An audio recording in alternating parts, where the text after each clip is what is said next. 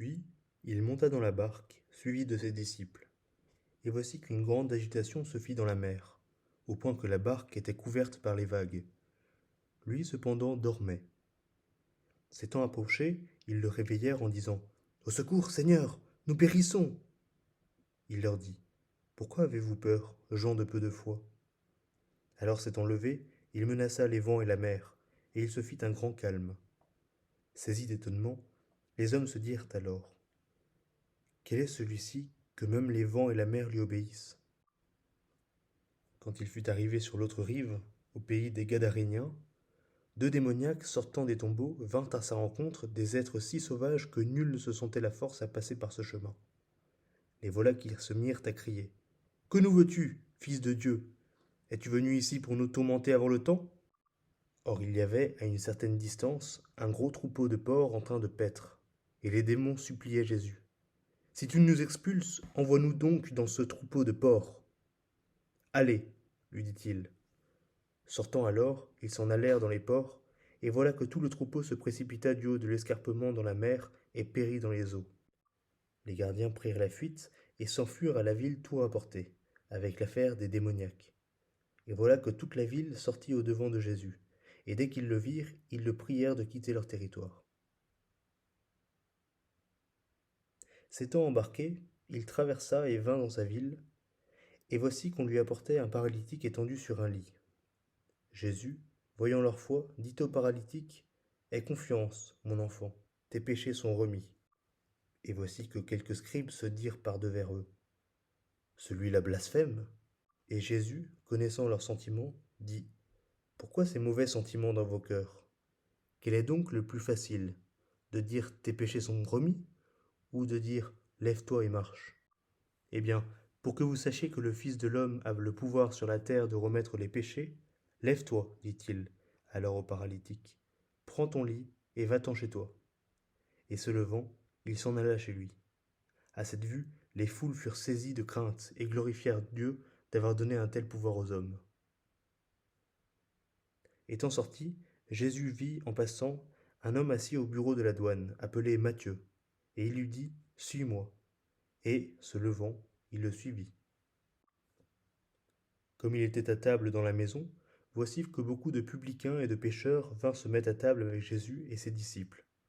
Ce qu'ayant vu, les pharisiens disaient à ses disciples: Pourquoi votre maître mange-t-il avec les publicains et les pécheurs? Mais lui, qui avait entendu, dit: Ce ne sont pas les gens bien portants qui ont besoin de médecins, mais les malades. Allez donc apprendre ce que signifie: C'est la miséricorde que je veux et non le sacrifice. En effet, je ne suis pas venu appeler les justes, mais les pécheurs. Alors les disciples de Jean s'approchent de lui en disant: Pourquoi nous et les pharisiens jeûnons-nous, et tes disciples ne jeûnent-ils pas? Et Jésus leur dit: Les compagnons de l'époux peuvent-ils mener le deuil tant que l'époux est avec eux? Mais viendront des jours où l'époux leur sera enlevé, et alors ils jeûneront. Personne ne rajoute une pièce de drap non foulée à un vieux vêtement, car le morceau rapporté tire sur le vêtement et la déchirure s'aggrave.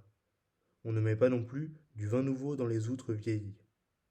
Autrement, les outres éclatent, le vin se répand et les outres sont perdues.